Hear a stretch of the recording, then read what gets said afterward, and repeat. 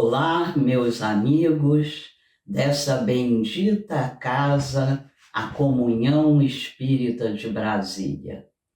Vamos mais uma vez refletir sobre essa nossa doutrina que é luz, que é amor, que é caridade, nesse projeto querido chamado Comunhão no Lar, uma iniciativa da DED, da nossa casa maior, do nosso Porto Seguro. Hoje nós vamos falar um pouquinho sobre a vida futura. O Consolador prometido por Jesus nos faz rasgar os véus da ignorância, os véus que nos trazem angústias, ansiedades, que fazem com que os nossos preconceitos se perpetuem por inúmeras encarnações.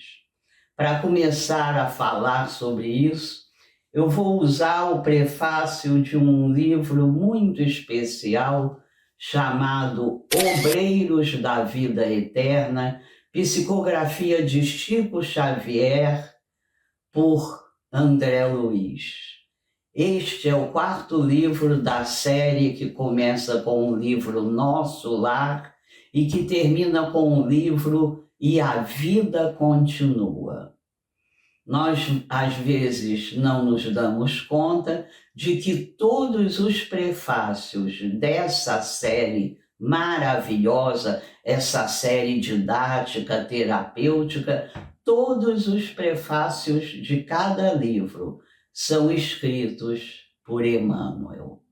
Neste 4º livro, Obreiros da Vida Eterna, eu tenho, assim, com esse prefácio, um carinho imenso. O título dele é Rasgando Véus. Vamos lembrar que esse livro é de 1946 e que, como tudo que é divino, não perde a sua contemporaneidade. Diz assim, eu vou ler apenas 2 trechinhos do prefácio para que a gente tenha um começo de conversa sobre a vida futura. Vamos ao que Emmanuel nos traz. Rasgando véus. O homem moderno, pesquisador da estratosfera e do subsolo, esbarra ante os pórticos do sepulcro com a mesma aflição dos egípcios, dos gregos e dos romanos de épocas muito recuadas. Os séculos que correram e que varreram civilizações e refundiram povos não transformaram a misteriosa fisionomia da sepultura. Milenário ponto de interrogação, a morte continua ferindo sentimentos e torturando inteligências. Vou ler apenas mais um pedacinho. Convido todos a lerem, a relerem, a refletirem sobre essas verdades, porque diante da certeza da vida futura, já anunciada por nosso Mestre Jesus, já reafirmada pela doutrina espírita, as nossas maiores angústias e ansiedades vão sendo tratadas. Continuando esse lindo prefácio, diz Emmanuel: ninguém morre, o aperfeiçoamento prossegue em toda a parte. A vida renova, purifica e eleva os quadros múltiplos de seus servidores, conduzindo-os vitoriosa e bela à união suprema com a divindade. Então, nós sabemos que o Espiritismo é naturalmente identificado como o Consolador prometido por Jesus, e quando Emmanuel nos lembra, neste prefácio, cujo título é inesquecível para mim, Rasgando os Véus, nós temos mais um motivo, mais certeza sobre essa dúvida, que é uma dúvida que perturba grande parte da humanidade.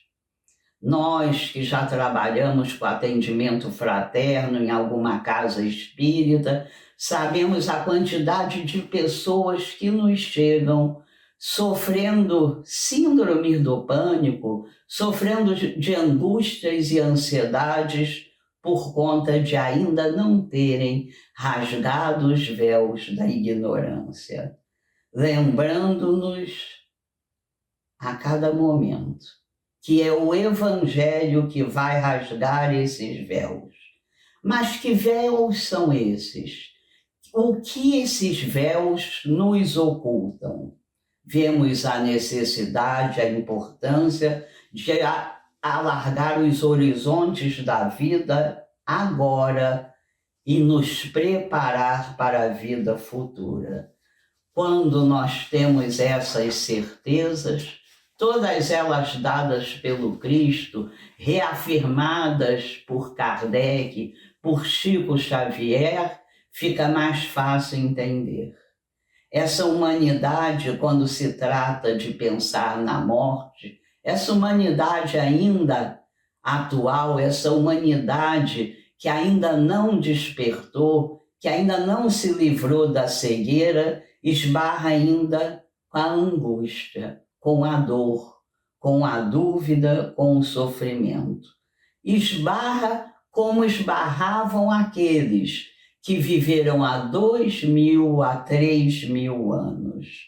Quantas pessoas ainda limitam sua vida no espaço temporário e rápido entre o berço e o túmulo?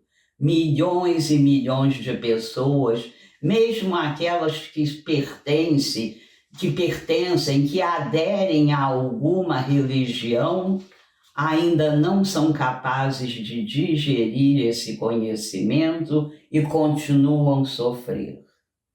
Quando limitamos essa nossa vida, então, a esse pequeno espaço, fica bem mais difícil.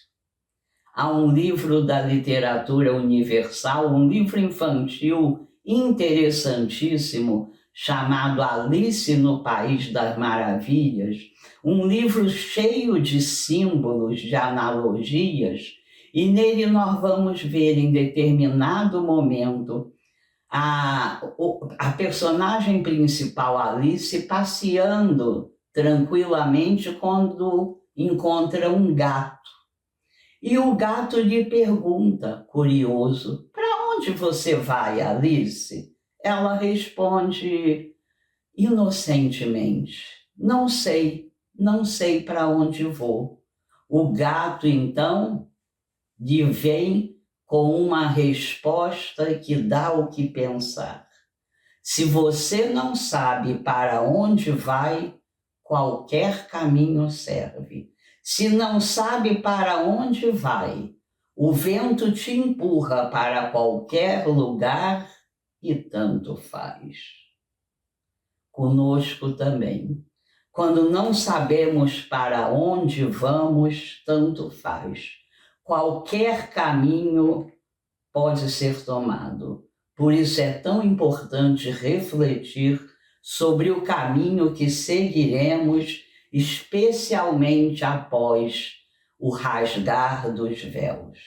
É necessário pensar sobre o que nos aguarda no futuro. Qual o nosso destino?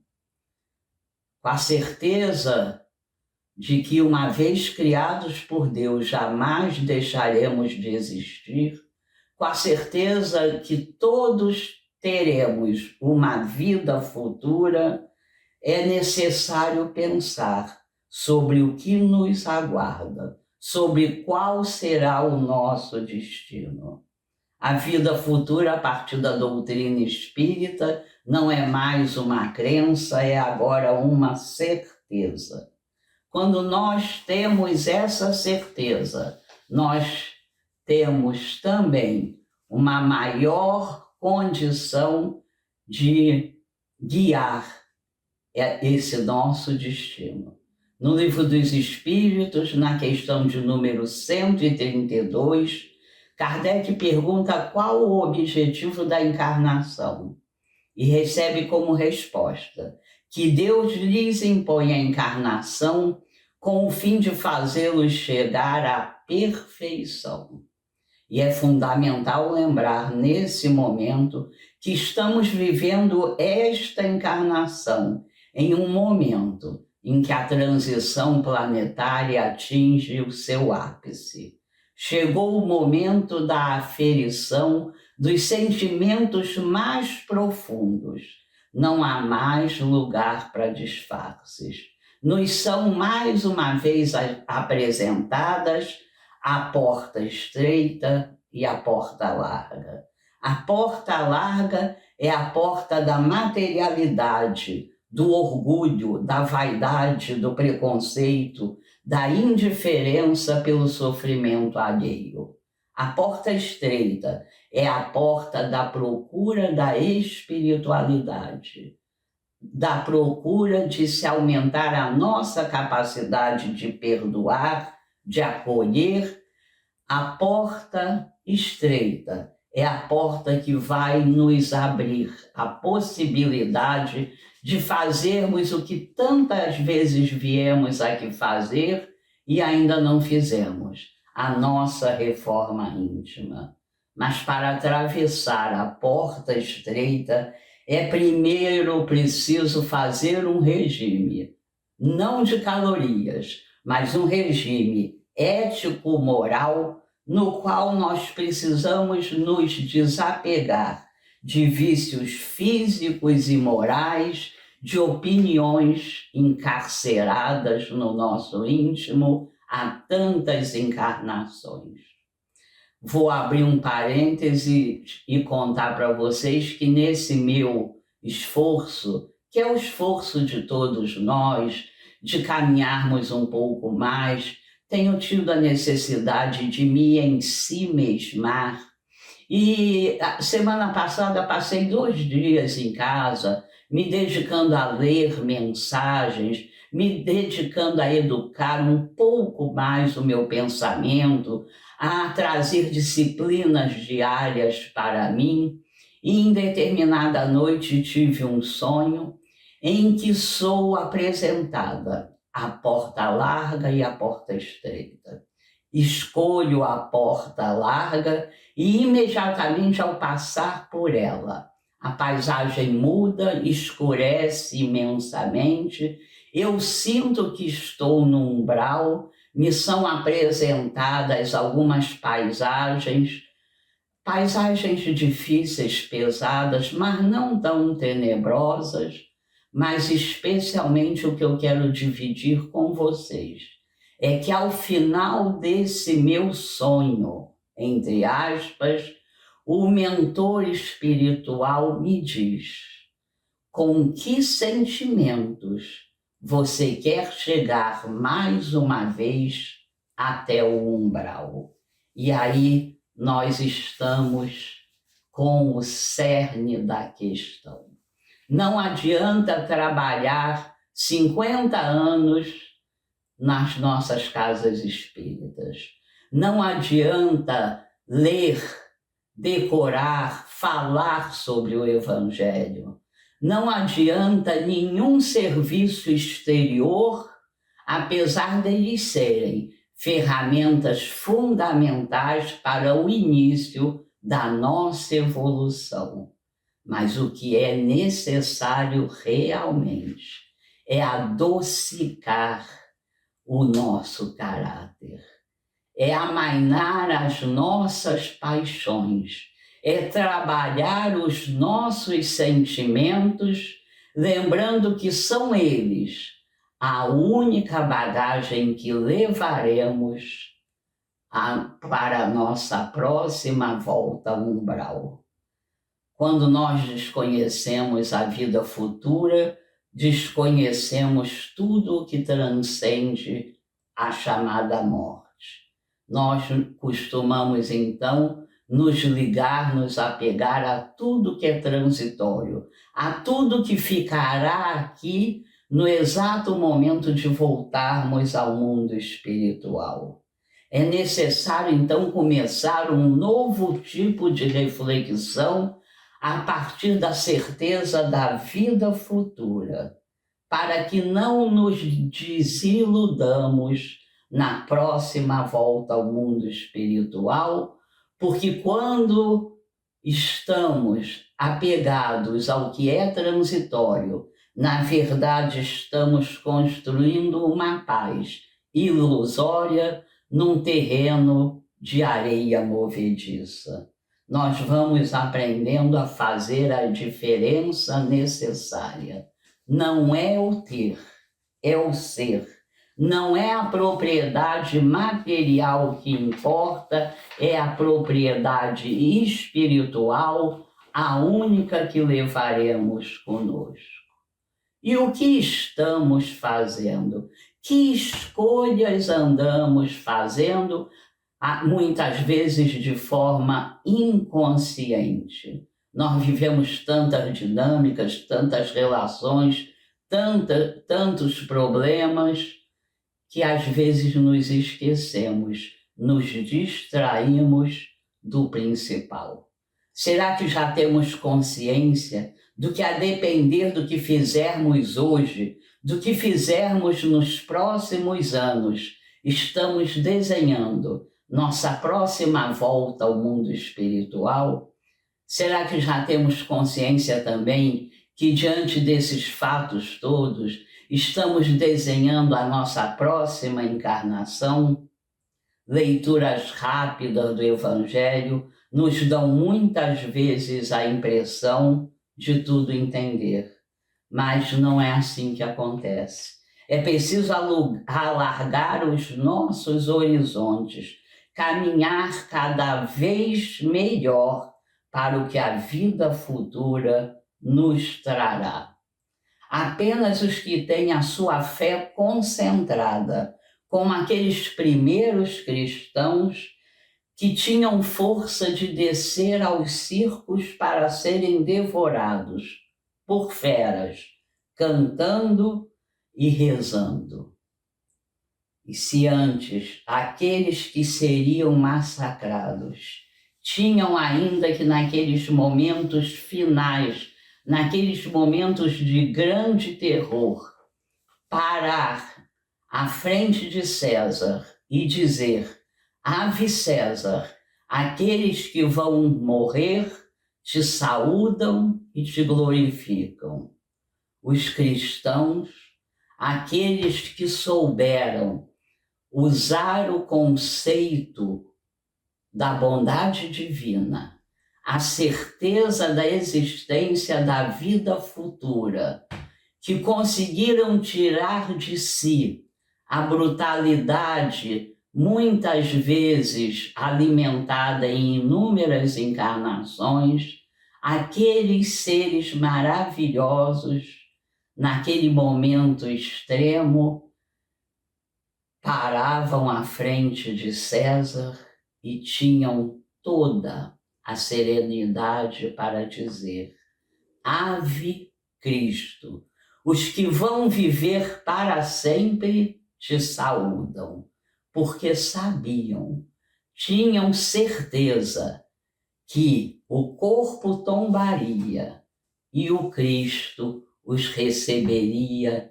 imediatamente. A certeza da vida futura precisa ter essa consequência no nosso dia a dia. Trabalhar as modificações necessárias que estão sempre no nosso íntimo. Mudar os nossos pontos de vista. Ampliar os nossos remorsos. Criar disciplinas diárias para que possamos fazer o que tantas vezes viemos fazer e muitas vezes não conseguimos. a melhora dos nossos sentimentos, a qualidade da bagagem espiritual que mais uma vez levaremos, que precisa dessa vez apresentar uma melhoria bem maior do que temos conseguido. A certeza da vida futura. Quando Jesus, naquele seu gesto de imenso amor, ressurge e escolhe para ressurgir depois do Calvário a Maria de Magdala, nós vamos ver isso no capítulo 22 do livro Boa Nova, quando Jesus escolhe aquela mulher, um dos maiores exemplos de conversão, para se mostrar vivo, para dar a certeza da vida futura, aquele nosso mestre querido. Dizia ela, dizia aos homens daquela época e a nós todos, que diante dessa certeza nós precisamos caminhar.